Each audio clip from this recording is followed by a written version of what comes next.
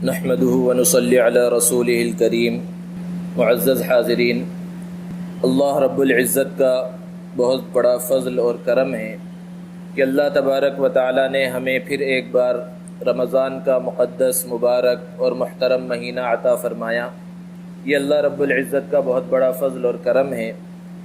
ہمارے بہت سے احباب اور رشتہ دار، دوست و اقارب جو گزشتہ سال موجود تھے لیکن آج وہ ہمارے درمیان نہیں ہیں، وہ اس دنیا سے جا چکے۔ اس اعتبار سے دیکھا جائے تو اللہ رب العزت نے ہمیں دوبارہ جو یہ مہینہ عطا فرمایا تو یہ اللہ کا بڑا فضل ہے۔ اللہ رب العزت کا جتنا ہو سکے اس پر شکر ادا کرنا چاہیے، اور اس مہینے کے ایک ایک لمحے کی، ایک ایک منٹ کی، ایک ایک سیکنڈ کی صحیح طرح سے قدر کرنی چاہیے۔ اللہ رب العزت ہمیں اس کی توفیق عطا فرمائے۔ جیسا کہ ہمیشہ کا معمول ہے کہ تراویح کے اختتام پر قرآن مجید کی مختصر سی تفسیر بیان کی جاتی ہے، اور اس تفسیر کا مقصد جو قرآن مجید تراویح کے اندر پڑھا گیا اس پورے حصے کی تفسیر بیان کرنا مقصود نہیں ہوتا، کیونکہ 10-15 منٹ کے اندر اس انداز میں تفسیر بیان کی ہی نہیں جا سکتی، اور نہ 1.5 پارہ، 1.25 پارہ جو پڑھا جا رہا ہے اس کا مکمل خلاصہ بیان کیا جا سکتا ہے۔ یہاں پر صرف چند اشارات کیے جاتے ہیں، کسی صورت کا مختصر تعارف کرا دیا جاتا ہے، اس صورت کا نام کس وجہ سے رکھا گیا یہ بتا دیا جاتا ہے۔ اسی طرح کوئی خاص واقعہ کسی قوم کا اللہ رب العزت نے اگر بیان کیا ہے تو اس کی وضاحت کر دی جاتی ہے، یا کوئی خاص آیت جو کسی حکم سے متعلق ہے اس کو لے کر اس کی تھوڑی سی تشریح کر دی جاتی ہے۔ مکمل قرآن مجید کی تفسیر کو بیان نہیں کیا جاتا، اور اس تفسیر کو بیان کرنے کا ایک مقصد یہ ہے کہ ہمارے دلوں کے اندر رغبت پیدا ہو اور شوق پیدا ہو کہ ہم قرآن مجید کی تفسیر کو معتبر علماء کرام کے ذریعے سنیں اور قرآن مجید کو سمجھیں۔ قرآن مجید کا جس طرح تلاوت کرنا ثواب ہے، عبادت ہے، اسی طرح قرآن مجید کو سمجھنا بھی ثواب ہے، اور قرآن مجید یہ انسانوں کی ہدایت اور رہنمائی کے واسطے ہے۔ اس کو سمجھنا چاہیے اور سمجھ کر پڑھنے کی کوشش کرنی چاہیے۔ قرآن مجید کے اندر 114 صورتیں ہیں، جس میں سے سب سے پہلی صورت سورۃ الفاتحہ ہے، اور یہ بہت فضیلت والی صورت ہے، بہت ہی عظمت والی صورت ہے۔ دیکھنے میں تو صرف یہ چھوٹی سی صورت ہے جس کے اندر 7 آیتیں ہیں، لیکن اسے ام القرآن کہا جاتا ہے، پورے قرآن مجید کا خلاصہ۔ گویا کہ پورا قرآن مجید اس صورت کے اندر اس کے خلاصے کو بیان کر دیا گیا ہے، کیونکہ قرآن مجید کے اندر اللہ رب العزت نے جو چیزیں بیان فرمائی ہیں وہ 3 طرح کی ہیں۔ اس میں اللہ رب العزت نے توحید کو بیان کیا ہے، رسالت اور نبوت کو بیان کیا ہے، اور آخرت کے مضامین کو بیان کیا ہے۔ تو سورہ فاتحہ میں اللہ رب العزت نے ان تینوں چیزوں کو بیان فرما دیا ہے کہ پہلی آیت اور دوسری اور چوتھی آیت کے اندر اللہ رب العزت نے وحدانیت کو بیان فرمایا، اور پھر اس کے بعد جو تیسری آیت ہے اس کے اندر آخرت کو بیان کیا گیا ہے، اور پھر اس کے بعد آخر کی آیتوں میں رسالت کی جانب اشارہ ہے۔ اس صورت کو خلاصۃ القرآن کہا جاتا ہے، یعنی پورے قرآن مجید کا خلاصہ ہے۔ اس کے بعد سورہ بقرہ ہے، یہ صورت مدنی ہے۔ قرآن مجید کی صورتیں جب آپ پڑھتے ہیں تو صورت کے آگے مکی یا مدنی لکھا ہوا رہتا ہے۔ عام طور پر یہ خیال ہوتا ہے کہ مکی سے مراد وہ صورتیں ہیں جو مکۃ المکرمہ میں نازل ہوئیں، اور مدنی سے مراد وہ صورتیں ہیں جو مدینۃ المنورہ میں نازل ہوئیں۔ حالانکہ ایسا نہیں ہے، مکی ان صورتوں کو کہا جاتا ہے جو ہجرت سے پہلے نازل ہوئی ہیں، اور مدنی ان صورتوں کو کہا جاتا ہے جو ہجرت کے بعد نازل ہوئی، خواہ وہ کہیں پر بھی نازل ہوئی ہوں۔ عام طور پر وہ مدینۃ المنورہ میں ہی نازل ہوئی، لیکن ہجرت کے بعد بھی اللہ کے رسول صلی اللہ علیہ وسلم نے مختلف مقامات کا سفر کیا ہے، یہاں تک کہ مکۃ المکرمہ کا سفر کیا، تو وہاں پر ہجرت کے بعد جو آیتیں نازل ہوئی ہیں وہ مکہ میں نازل ہوئی، لیکن وہ مدنی آیات اور مدنی صورتیں کہلاتی ہیں۔ اس صورت کا نام بقرہ رکھا گیا ہے۔ بقرہ کے معنی ہے گائے کے۔ اللہ رب العزت نے اس صورت میں گائے کے ایک واقعے کو بیان کیا ہے، اس لیے اس مناسبت سے پوری صورت کو ہی اسی نام سے منسوب کر دیا گیا۔ حضرت موسیٰ علیہ السلام کے زمانے میں ایک شخص کا قتل ہو گیا۔ اب اس کے قاتل کا کیسے پتہ لگایا جائے، اس کے لیے اللہ رب العزت نے ان لوگوں کو حکم دیا کہ ایک گائے کو ذبح کرو اور گائے کو ذبح کرنے کے بعد اس کے گوشت کا ایک حصہ مقتول کے بدن سے لگاؤ تو وہ مقتول جس کو قتل کیا گیا ہے وہ زندہ ہو جائے گا اور وہ خود بتا دے گا کہ میرا قاتل کون ہے۔ حضرت موسیٰ علیہ السلام کے اس حکم پر ان کی قوم کے لوگوں نے عمل کیا اور گائے کو ذبح کیا گیا، لمبا تفصیلی واقعہ ہے، اور پھر جب مقتول کے بدن سے لگایا گیا تو وہ زندہ ہو گیا اور اس نے اپنے قاتل کا نام بتلایا۔ اس صورت کے آغاز میں اللہ رب العزت نے 3 طرح کے لوگوں کا تذکرہ کیا۔ دنیا میں جو لوگ پائے جاتے ہیں وہ 3 طرح کے ہیں، یا تو ایمان والے ہیں، یا کافر ہیں، یا پھر منافق ہیں۔ اللہ رب العزت نے سب سے پہلے ایمان والوں کا تذکرہ فرمایا اور ان کی صفات کو بیان فرمایا۔ ان کی صفات میں سے سب سے پہلی صفت اللہ نے بیان فرمائی ایمان بالغیب، کہ مومنین جو ہیں وہ غیب پر ایمان رکھتے ہیں، یعنی بن دیکھے ایمان رکھتے ہیں۔ اللہ کو نہیں دیکھا، نبی کو نہیں دیکھا، جنت جہنم کو نہیں دیکھا، آخرت کے کسی منظر کو نہیں دیکھا، لیکن اس پر ایمان رکھتے ہیں، یہی ایمان بالغیب ہے۔ دوسری صفت بیان فرمائی قیام صلاح، کہ یہ نماز کو قائم کرتے ہیں، اور تیسری صفت بیان فرمائی کہ یہ اپنے مال میں سے خرچ کرتے ہیں، اور چوتھی صفت یہ بیان فرمائی کہ یہ قرآن مجید پر اور پہلے کی آسمانی کتابوں پر ایمان رکھتے ہیں اور آخرت کا یقین رکھتے ہیں۔ اس کے بعد 2 آیتوں کے اندر اللہ رب العزت نے کافروں کا اور ان کی چند صفات کا تذکرہ فرمایا، پھر اس کے بعد 13 آیتوں کے اندر منافقین کا تذکرہ کیا ہے، اور ان منافقین کی 13 آیات میں 12 بری صفات کو بیان کیا گیا ہے کہ ان کے اندر یہ بری صفتیں ہیں جس کی تفصیل کا موقع نہیں ہے۔ قرآن مجید کو سورہ بقرہ کے ابتدائی حصے کو دیکھا جا سکتا ہے کہ ان بری صفات سے ہر انسان کو، ہر مسلمان کو بچنا چاہیے۔ اس کے بعد آغاز میں ہی اللہ رب العزت نے قرآن مجید کی حقانیت کو بیان فرمایا۔ یہ قرآن مجید جس زمانے میں نازل ہوا تو وہ زمانہ عرب کے لوگ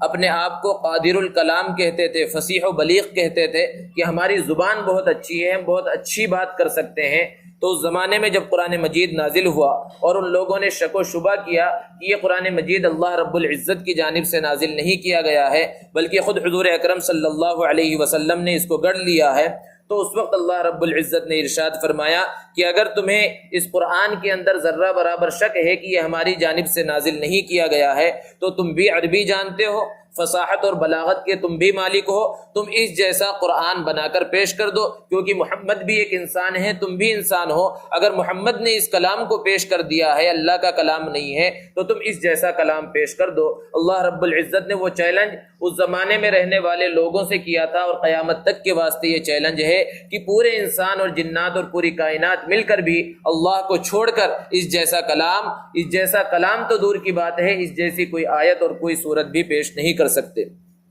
اس کے بعد اللہ رب العزت نے انسان اول حضرت آدم علیہ السلام کی تخلیق کا تذکرہ فرمایا کہ اللہ رب العزت نے فرشتوں سے کہا کہ میں ایک انسان کو پیدا کرنے والا ہوں، تو فرشتوں نے کہا تھا کہ آپ کیوں ایسے مخلوق کو پیدا کر رہے ہیں جو زمین میں جا کر فساد مچائے، خون خرابہ کرے، ہم آپ کی عبادت کر رہے ہیں۔ بہت سے لوگ آج بھی اعتراض کرتے ہیں کہ اگر انسان کی تخلیق کا مقصد، انسان کو پیدا کرنے کا مقصد صرف عبادت ہی تھا تو عبادت تو فرشتے بھی انجام دے رہے تھے، لیکن اس بات کو سمجھنے کی ضرورت ہے کہ فرشتوں کی عبادت اور انسانوں کی عبادت میں زمین اور آسمان کا فرق ہے، اور فرشتوں کا جو مقام و مرتبہ ہے اللہ نے ان کی صفت بیان فرمائی، لا یعصون اللہ ما امرهم ویفعلون ما یؤمرون، کہ جس بات کا انہیں حکم دے دیا جاتا ہے وہ اس کی خلاف ورزی نہیں کرتے اور اللہ کے حکم کو بجا لاتے ہیں۔ ان کے دل کے اندر گناہ کا خیال اور داعیہ پیدا نہیں ہوتا، انہیں بھوک نہیں لگتی، پیاس نہیں لگتی، جبکہ انسان کا معاملہ اس کے برعکس ہے کہ اسے بھوک بھی لگتی ہے، پیاس بھی لگتی ہے، وہ کھاتا بھی ہے، پیتا بھی ہے،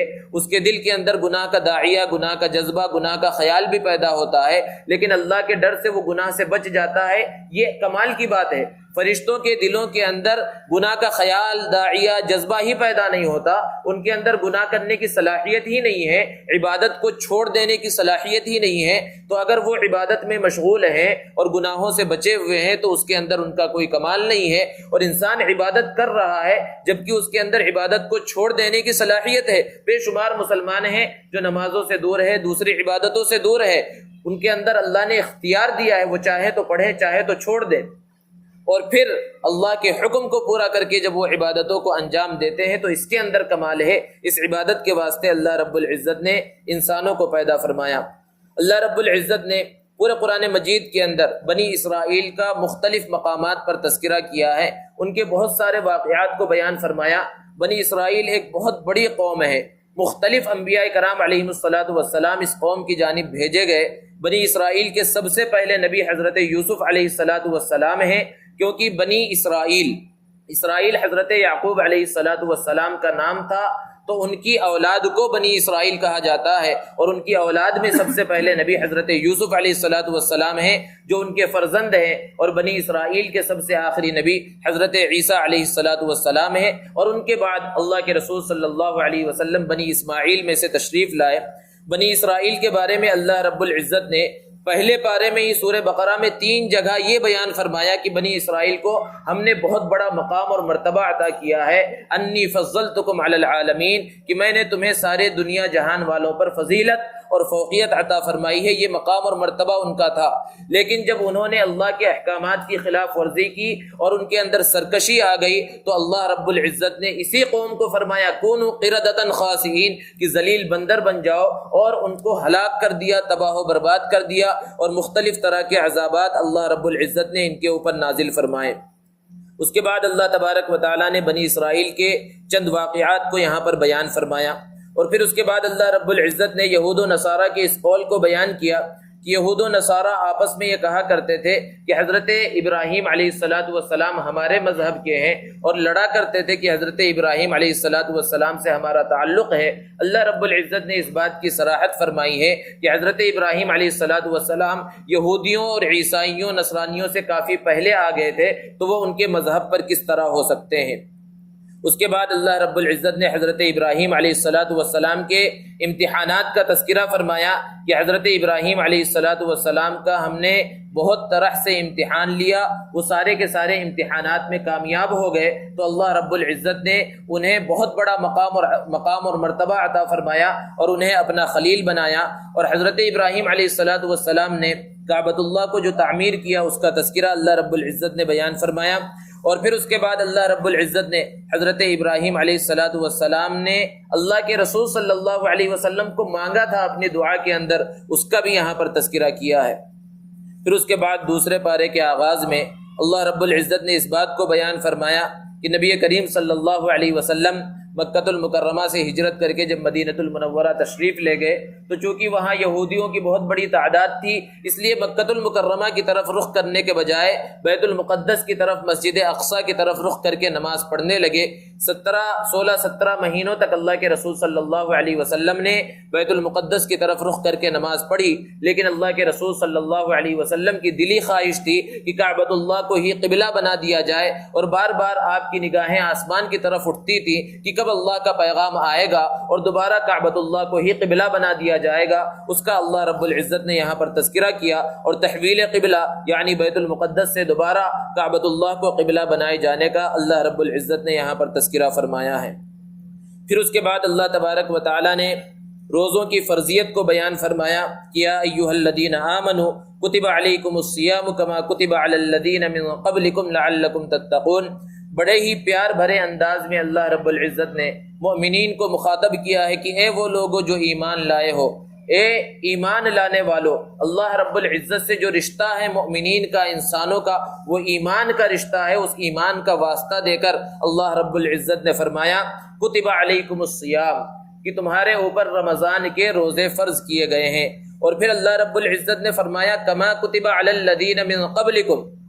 کہ روزوں کا حکم دیکھ کر کہیں تم ڈر نہ جاؤ کہ اتنی گرمی کے اندر، شدت کی دھوپ کے اندر، جب سخت بھوک لگ رہی ہو، سخت پیاس کا احساس ہو رہا ہو، ہم کیسے روزہ رکھیں؟ اللہ رب العزت نے فرمایا کہ یہ روزہ کوئی ایسا حکم نہیں ہے جو تمہیں سب سے پہلی بار دیا جا رہا ہے۔ پہلی کے جو قومیں گزری ہیں، جو مذاہب گزرے، جو تہذیبیں گزری، ان کے اندر بھی روزوں کا حکم تھا، اور پہلے سے لوگ روزہ رکھتے ہوئے چلے آ رہے ہیں۔ اس بات کو اس وجہ سے بیان کیا گیا کہ جب کسی چیز کے بارے میں یہ معلوم ہو جاتا ہے کہ یہ کام پہلے بھی ہو چکا ہے، تو اس کا کرنا آسان ہو جاتا ہے۔ کوئی چیز پہلے بن چکی ہو، اس کا ماڈل موجود ہو، اس کا نمونہ موجود ہو، تو اس کا دوبارہ بنانا آسان ہوتا ہے۔ پھر ان روزوں کا مقصد کیا ہے، اس کو اللہ رب العزت نے بیان فرمایا لعلکم تتقون، تاکہ تمہارے دلوں کے اندر تقوی پیدا ہو جائے۔ تقوی کوئی دکھنے والی چیز نہیں ہے۔ اللہ کے رسول صلی اللہ علیہ وسلم نے ایک مرتبہ ارشاد فرمایا التقوی ہا ہنا، اپنے دل کی جانب اشارہ کرتے ہوئے فرمایا کہ تقوی یہاں ہوتا ہے، اور تقوی کہا جاتا ہے اللہ کے ڈر کو، اللہ کے خوف کو، اور اس روزے کے ذریعے انسان کے دل کے اندر اللہ کا ڈر، اللہ کا خوف اور تقوی پیدا ہوتا ہے۔ یہ روزہ تقوی حاصل کرنے کا زینہ ہے، تقوی حاصل کرنے کی سیڑھی ہے۔ تو اس روزے کے ذریعے انسان کو تقوی حاصل کرنا چاہیے، اور تقوی کا حصول اس وقت ہوگا جب انسان